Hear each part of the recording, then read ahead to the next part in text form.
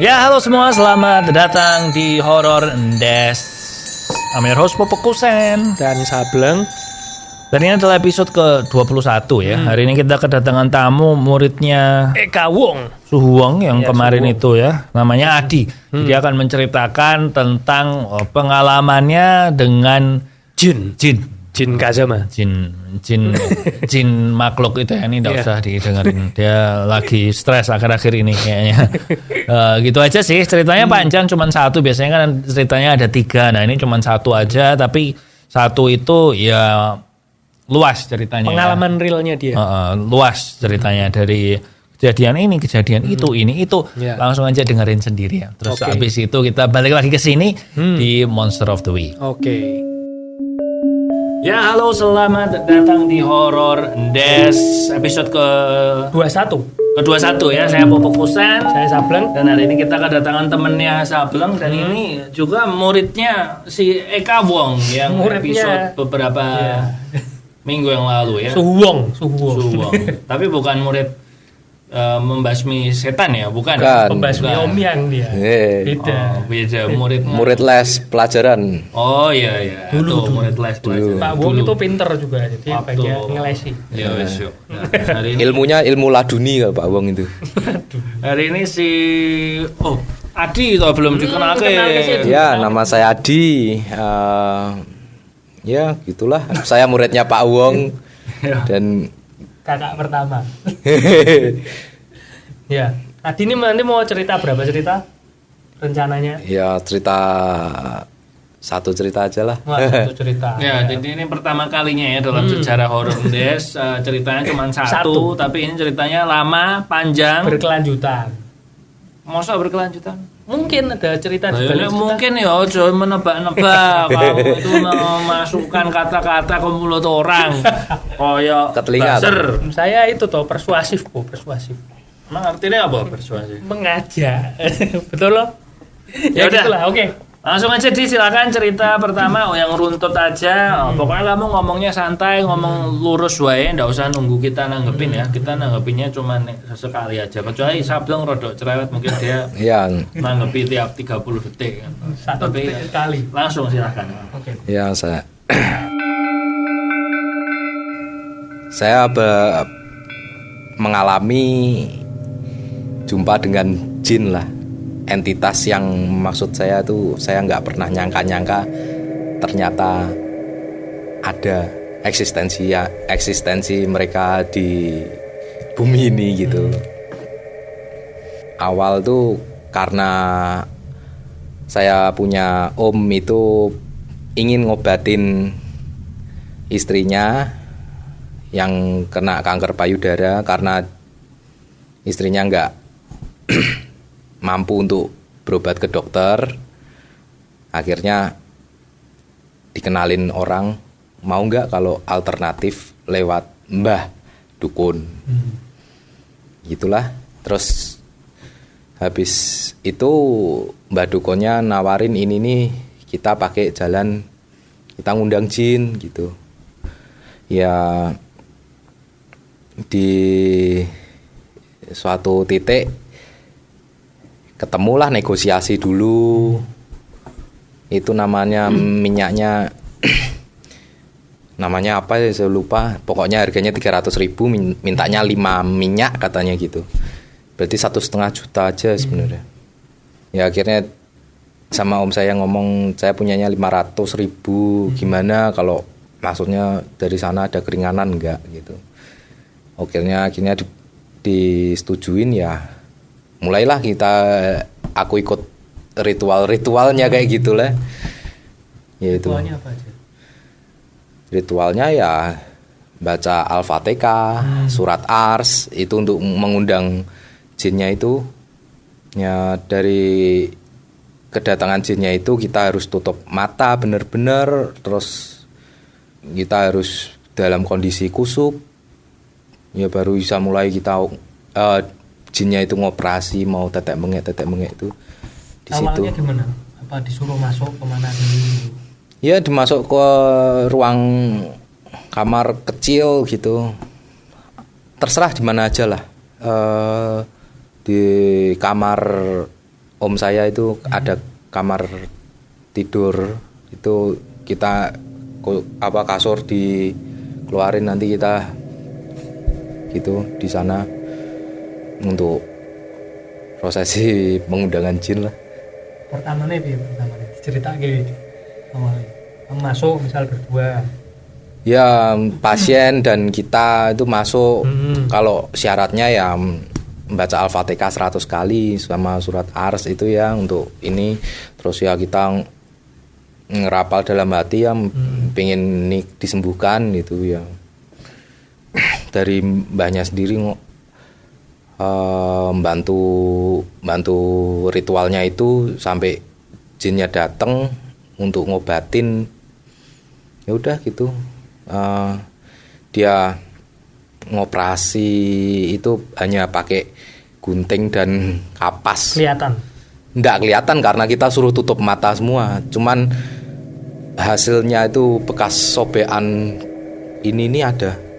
adalah ini nggak ngapa-ngapain Nggak ngapa-ngapain juga. Ya, orang ngerti toh tutup mata. Tutup mata. Cuman yang saya anehnya, jin itu bisa ngeraba saya dan saya bisa megang loh ya.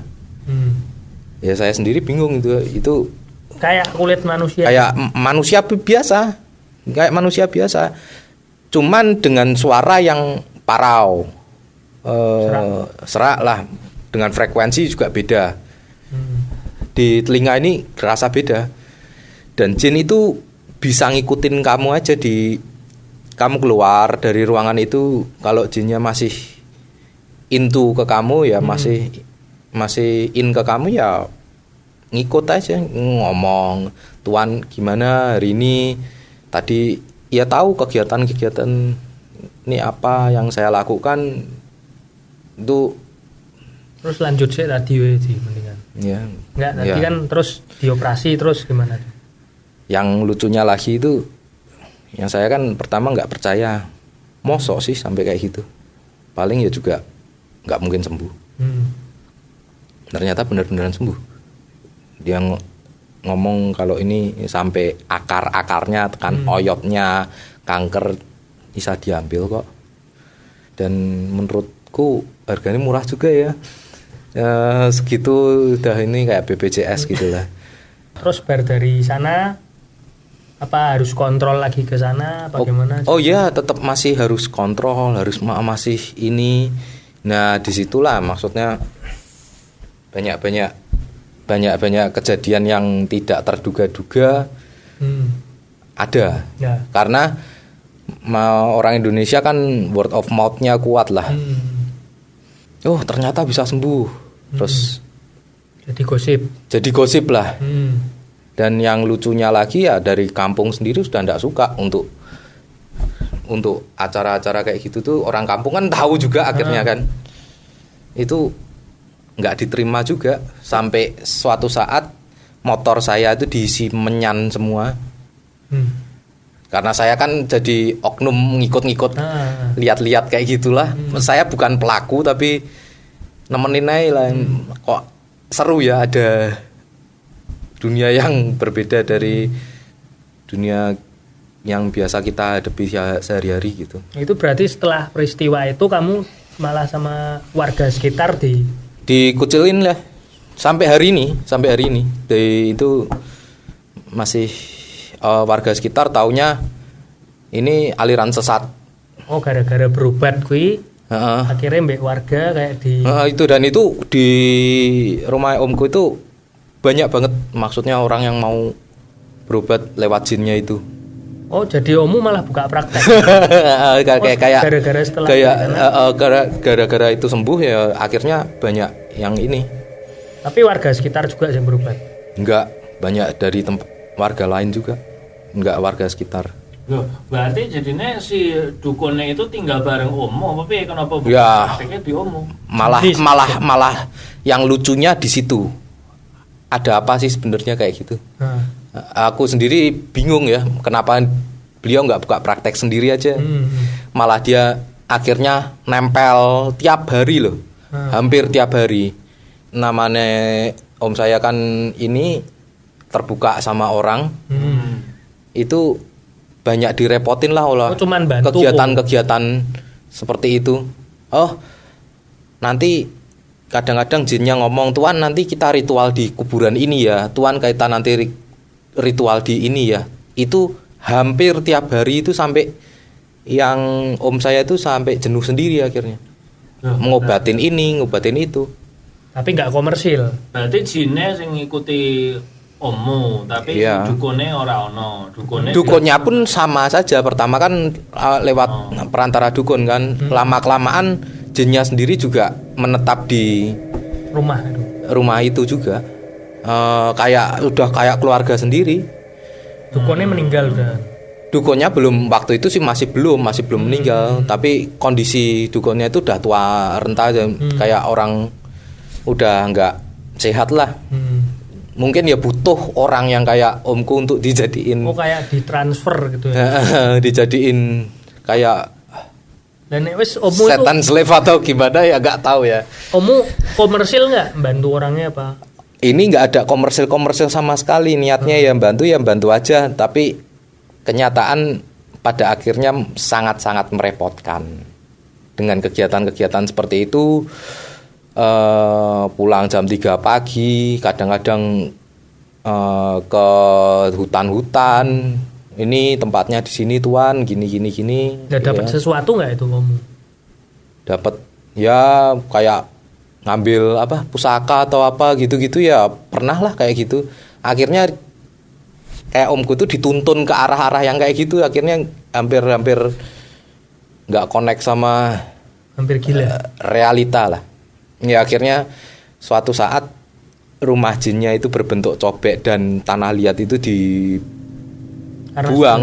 karena sudah terlalu mengganggu kehidupan personal lah. Itu dibuang. Akhirnya suatu saat ya ada orang mau berobat lagi, itu udah nggak ada.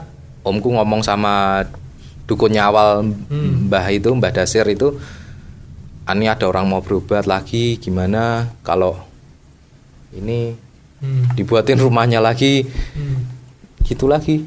Balik lagi. Tapi tetap nggak komersil. Dan menurutku lucu gitu. Nah, terus kalau pengalamanmu sendiri yang tadi kamu cerita katanya, ini tadi off airnya kan tadi ngomong kalau jinnya bisa ngambil uang ternyata. Saya. Yang bilang sembuh itu berarti dibawa ke rumah sakit terus jadi sembuh, kankernya hilang semua. Apa sih ngomong dukun itu? Kedukun. Diagnosa. Even di rumah sakit pun ngomong itu hilang. Berarti ada realitanya. Diagnosanya sampai sekarang masih hidup. Masih hidup. Sehat. Tadi awalnya kan diagnosanya rumah sakit kanker stadium berapa mungkin gitu? 3. Stadium 3. Terus berobat ke Mbah Dukun ini, dioperasi di sana, terus cek lagi ke lab. Ya, hilang. Tanpa kemo. Itu jangka waktunya berapa lama? Kira-kira kalau 4 bulan bisa hilang total. Ya, percaya nggak percaya kayak gitu. Terus tadi kamu tanya kan kamu juga diikutin loh. Nah itu entitas yang sama apa? Ya sama. Ya kayak gitu-gitu. Ya bangsa jin, dan itu hanya suaranya gitu. Jadi ngikuti omu juga ngikuti kamu. Iya. Kadang-kadang kayak gitu juga. Sing sama. Kok bisa gitu ya? Ya enggak, aku tadi mau tanya sing kamu katanya bisa minta uang ke jin itu ada mahar-maharnya lah setiap kali kita minta apapun lah. Coba ceritain. Misal, Tuan lapar enggak? Mau bikin Indomie enggak? Oh ya, bikin. Nanti kita kasih uang dengan sejumlah mereka yang minta gitu. Misal kamu ngasih gini, uangnya hilang? Ya nggak ada, dibawa ke dunianya mereka. Ya kok gitu ya, kayaknya nggak tahu. Yang kamu pernah minta apa weh? Coba cerita. Rokok lah, jarum. Harganya? 100.000. Terus hilang gitu, rokoknya langsung di depanmu gitu? Ya nggak hilang, wong jin tuh bisa ada kerasa lah, kerasa kalau ini kayak makhluk hidup biasa gitu. Ya udah, uang diambil, beli. Berarti waktu uangnya diambil, uangnya terbang ngono. Enggak ya, kita kayak kasih ngasihin gitu. Ngasih ada entitas ini. Lah iya mbok kasih ke kan. Terus uangnya melayang gitu. Uangnya melayang dong. Kamu kan ora ketok jine kan. Ya aku nggak kelihatan tapi bisa bersentuhan. Tapi dengan mata kepala ngono uangnya terbang tuh berarti. Karena kan raket tok jine. Iya. Terbang hilang gitu. Nek pas kamu ngasih ke dulu. Ingatmu piye? Ya kayak diambil orang aja gitu. Diambil orang tapi hilang. Ya, hilang. Terus barangnya ngasih kene? Ya kasih di lantai itu tuan gitu. Oh, maksudnya kamu nggak lihat celing gitu? Celing gitu. Ya nggak tahu dia pergi kemana juga, kayak saya nggak tahu kok. Tapi barangnya nyata, Bu. Di rokok ya bisa. Ya buat buktiin aja. Jin komersil lagi berarti, Bu. Enggak. Ya lucu lah pokoknya. Terus ada cerita lainnya kira-kira sing. Ya suatu saat tuh kejadian sudah memuakan banget ya. Saking ganggu personal space diusir aja. Ganggunya tuh ganggu gimana dulu ceritanya? Ganggu kita itu disuruh misalnya suruh ke sana, suruh ke sini. Suruh ritual itu tadi. Ritual gitu. Kamu pernah ada sing mbok lakuke enggak? Dulu. Sempet mungkin ke pantai Parangtritis. Aku kan nggak begitu ini ya, tapi yang ngelakuin kan omku semua ya. Jadi Parangtritis misalnya terus berdoa gimana itu pernah itu dilakuin, cuman aku cuma ikut aja enggak ikut ritualnya. Ke pantai terus kamu nggak ngikuti ritualnya? Soalnya bosan banget lah. Kayak gitu-gitu enggak. Yang paling nggak masuk akal lah, yang paling nggak masuk akal suruh kemana gitu? Suruh rendeman air sambil dalam hati suruh doa lah, ngomong ya baca Al-Fatihah gini. Ya terus kayak gitu. Setelah ritual dapat sesuatu apa? Ya nggak dapat apa-apa. Nah kok mau? Lah itu konyolnya ya di sana itu. Kayak ya. Notis gitu. Ya ada kecenderungan ke sana. Cuman menurutku ya sejauh ini jin tuh nggak mutlak. Wah ini buruk terhadap manusia itu enggak. Toh ya juga ada faedahnya toh, bisa nyembuhin orang. Ini perspektif beda sih, Bu. Baru denger ini. Jin bisa transaksional sama manusia pakai uang. Kalau sebelumnya kan aku cerita-cerita teman-teman yang dulu kan memang kalau misal jin, setan itu biasanya mintanya tumbal. Terus mintanya apa namanya? Bahasa halusnya tuh lain-lain. Minyak lah. Kalau yang gede-gede kayak operasi ini minyaknya segini tuan. Ini minyak dari Arab gini. Oh ngomong jin. Ngomong minyak ini ya tapi transaksi lagi nanti. Uangnya masuk ke jin terus minyaknya muncul gitu. Iya kayak gitu-gitu. Berarti jinnya ini konyol lah menurutku. Aneh loh. Aku baru denger ini sih, maksudnya kayak sebenarnya sebelumnya kan pernah denger tuh misalnya kayak kontrak misalnya nanti tak ambil misalnya. Tapi biasanya kan orang ambil jin ambil tuyul macam-macam kan beda langsung. Jin kan memang cuman pakainya kayak duit. Enggak bener-bener duit abangan. Duit manusia loh. Kan sebenarnya ya aku baru denger iki malah. Aku yang bingung adalah kan waktu manggil jin itu suruh tutup mata. Tapi berarti waktu jin ngetutke itu berarti wis ora perlu tutup mata meneh karena wis manggil. Iya, karena bentuknya suara sudah. Tidak ada fisik. Tapi sewaktu kita tutup mata itu bisa mbok pegang. Tapi kalau ada niatan untuk buka, dia tahu. Tuan tolong tutup matanya, Tuan enggak untuk Tuan lihat. Dan jin itu punya istri, punya anak, punya keluarga. Dan nek jin iki wujudnya apa? Ngomong merem kok. Enggak, nek menurut Ome. Menurut saya sendiri ini kayak manusia aja, biasa aja. Maksudnya Omu kan lebih sering berinteraksi. Nah, itu omku juga ngomong ini kayak manusia biasa. Bentuknya ya wong, manusia. Maksudnya kayak apa mungkin bentuknya orang dari ras mana apa piye gitu? Enggak lah. Enggak tahu sih soalnya kita ya semua enggak boleh untuk ngelihat dan menurutku yang cerita horornya itu malah di sewaktu kita ngusir itu mereka tuh nggak terima. Gimana itu? Di rumah omku ya, banyak ada petasan di genteng, duar gitu bunyinya. Ya itu kejadian tuh nggak sehari 2 hari, seminggu tuh dilempar-lemparin kayak gitu. Kayak dilempar petasan. Terus semua yang dalam mimpi juga mesti ngelihat hal yang sama, kayak Nyi Roro Kidul gitulah. Ya gitu-gitu. Terus apa lagi? Jemput kita nggak tahu. Terus akhirnya ya juga ngobrol-ngobrol bareng, ya apa nggak dihilangin aja kayak gini. Maksudnya kegiatan-kegiatan ini udah terlalu jauh lah untuk main-main kayak gini. Terus pas berhenti pertama kali ki ada yang selain gangguan itulah, maksudnya buat efek ke diri ommu sama kamu tuh ada nggak? Efeknya jadi nggak bisa fokus lah sama dunia nyata. Setelah berhenti itu? Setelah buang itu efeknya? Setelah buang ya banyak gangguan, banyak maksudnya yang nggak terima. Terus Mbahe juga kita jauhin juga. Akhirnya minta maaf nek misalnya ini udah ndak bisa dipakai buat ritual-ritual tempatnya kita. Mbahe berarti sempat ke rumahmu orang? Ndak ke rumah omku. Terus tempatnya rumah omku tuh ngomong dari omku sendiri ndak ritual gitulah ceritanya. Ya, terus kita nolak lah. Hilang terus cuman ya banyak diganggu sama katakanlah bangsa halus lah. Di rumah itu loh ya. Sampai sekarang masih banyak gangguan rumah ibu. Rumah omku masih banyak kayak gitu-gitu. Yang lucu-lucu itu banyak. Piye gangguannya kok piye? Ya kayak motor nanti ini sendiri, maksudnya nyala. Nggak nyala lah, maksudnya pindah dewe. Dinaikin tuh bisa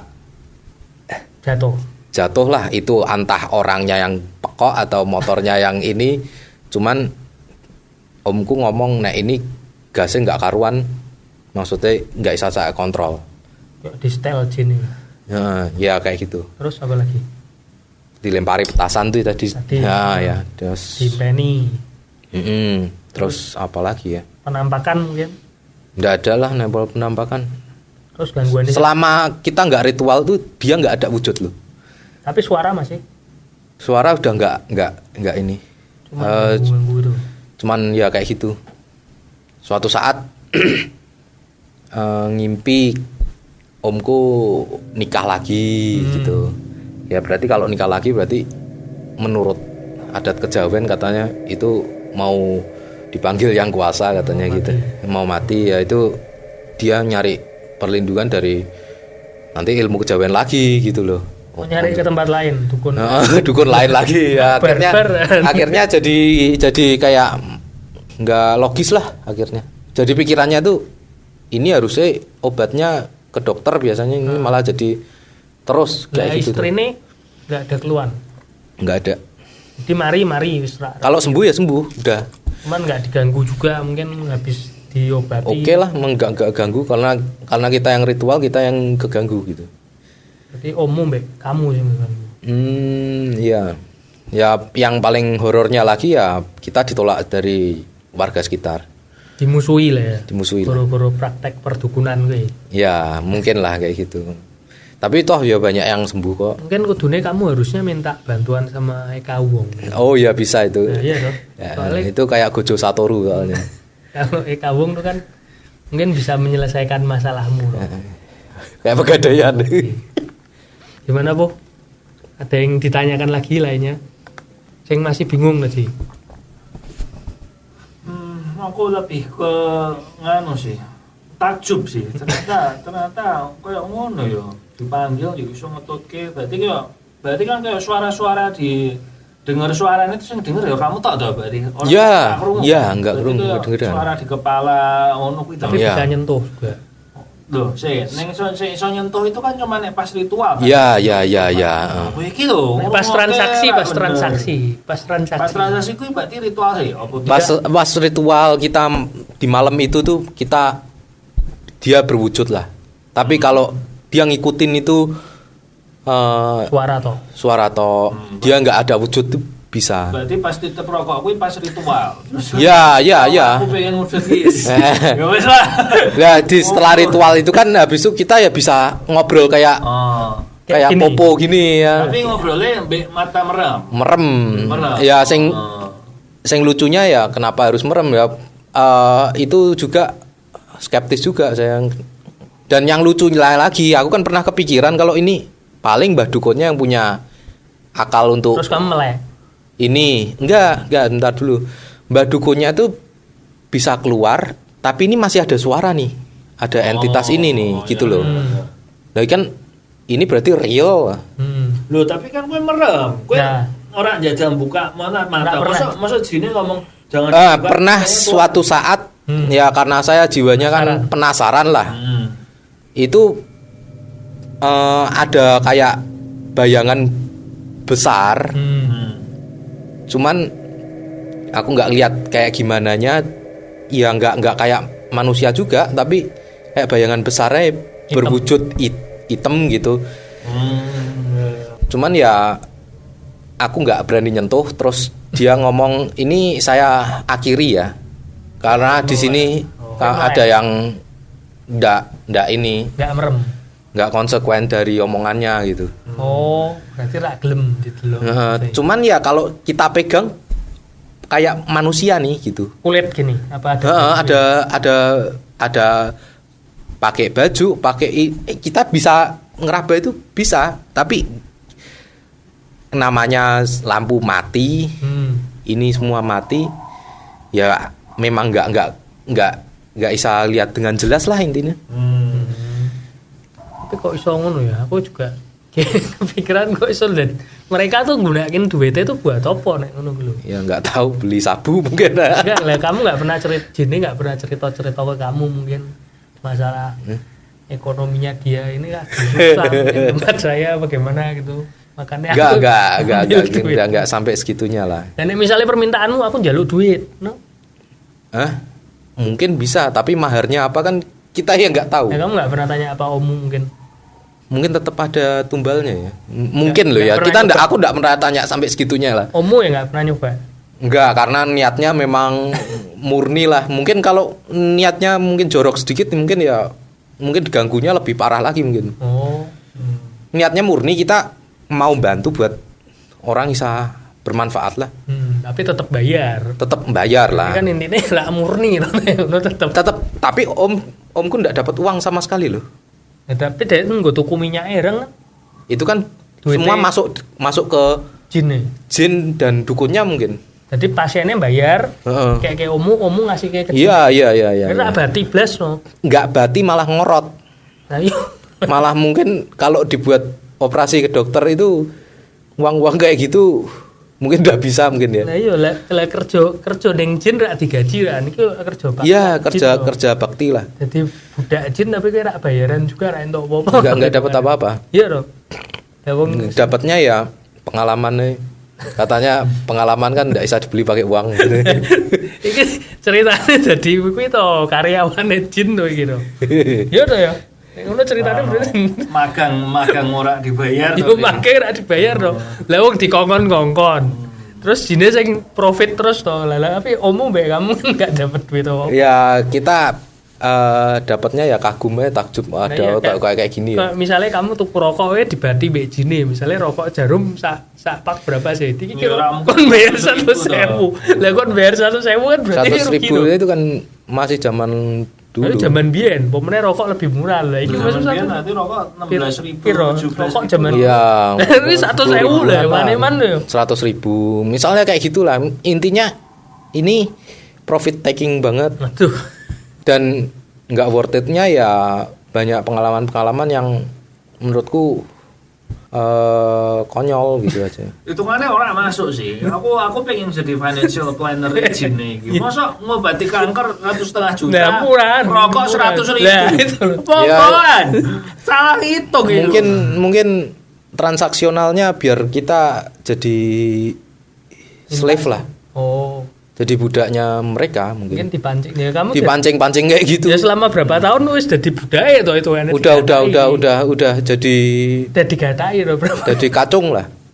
Ya, aku bingung kenapa gelem ya. Kalau dikongkon nanti malam ritual kesini ada hipnotis ya. Mungkin ada hipnotis langsung manut. Itu kan dengan harapan ya mungkin om saya ya juga pengen sakti mungkin apa gimana nggak tahu.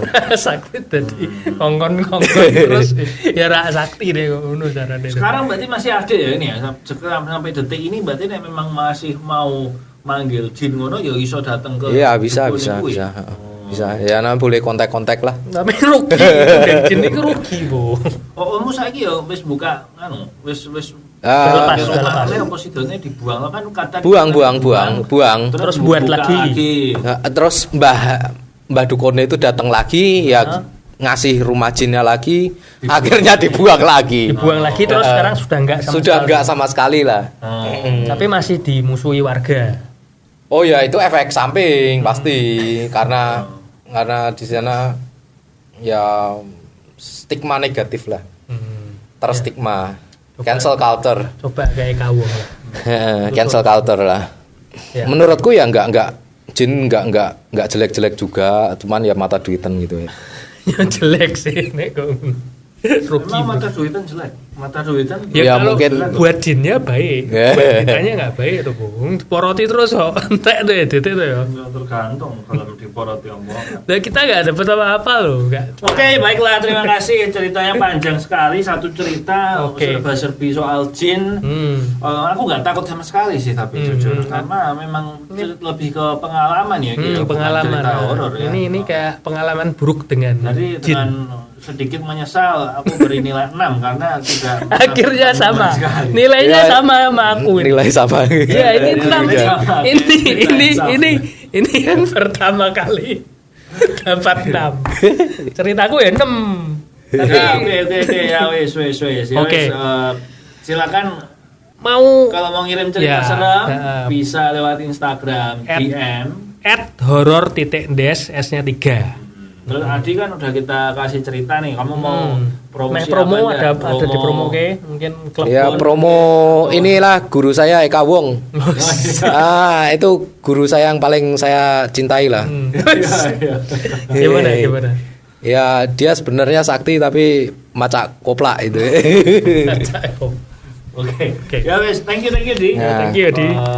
Semoga wes ndak diganggu-ganggu lagi sama jinnya itu setelah diusir. Ya sudah, kita ketemu di Monster of the Week habis ini ya. Yo, thank you. Thank you Di. Ya, thank you ya. Ya itu tadi pengalaman si Adi diporoti sama jin. Diporotin sama jin. Jin komersil. Pengalaman bersama jin mata hijau, mata duitan.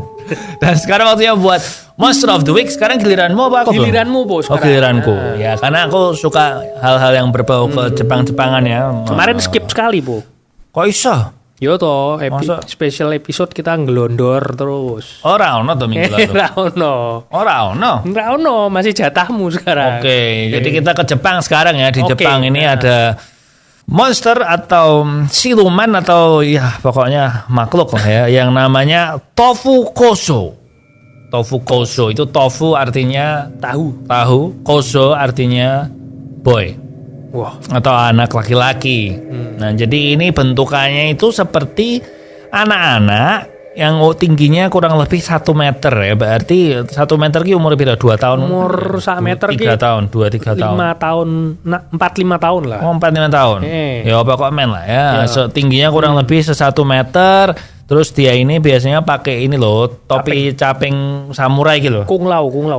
Kayak Kung Lao dan membawa tahu Jepang, tahu goreng, tahu Jepang bukan tahu goreng, tahu Jepang. Terus ada daun momiji, ngerti momiji apa ya? Daun yang gitu. Daun itu apa? Di layar namanya? Nanti ada daun sakura, bukan sakura. Daun apa namanya? Maple leaf. Nah, jadi dia terutama waktu hujan biasanya terus dia muncul kemudian nawari orang mau makan tahuku enggak, mau makan tahuku apa enggak gitu. Biasanya dia muncul di daerah perkotaan gitu. Nah, terus mukanya kan masang melas ya. Ada orang yang mau makan tahuku nih. Terus kalau kamu makan, maka langsung akan timbul jamur-jamur yang masuk ke dalam tubuhmu, kemudian nanti itu semua menghisap kehidupanmu, terus mati. Terus piye iki? Ya gampang. Ya aja gelem mangan tahu. Lah kalau kamu lapar, jadi kalau kamu di hujan, lagi dalam kondisi hujan-hujanan, terus lapar, ada anak kecil yang pakai topi caping bulat, nawari kamu tahu, bawa daun maple. Enggak, daun maple-nya tuh nempel di tahunya. Di atasnya tahu kayak dihias pakai daun maple gitu. Terus nawari kamu makan. Jangan kamu makan. Walaupun kamu selapar apapun, jangan kamu makan. Karena kalau dimakan mati. Kamu langsung keluar kayak Last of Us itu ya, jamur-jamur. Jadi intinya cara menanggulanginya ya jangan makan. Ditolak. Ditolak. Ditinggal aja. Kayak kalau kamu ditawari brosur restoran terus kamu enggak. Kalau anaknya banyak, Bu. Enggak gitu. Anaknya banyak. Gitu. Ya yang penting enggak makan dong, terserah toh.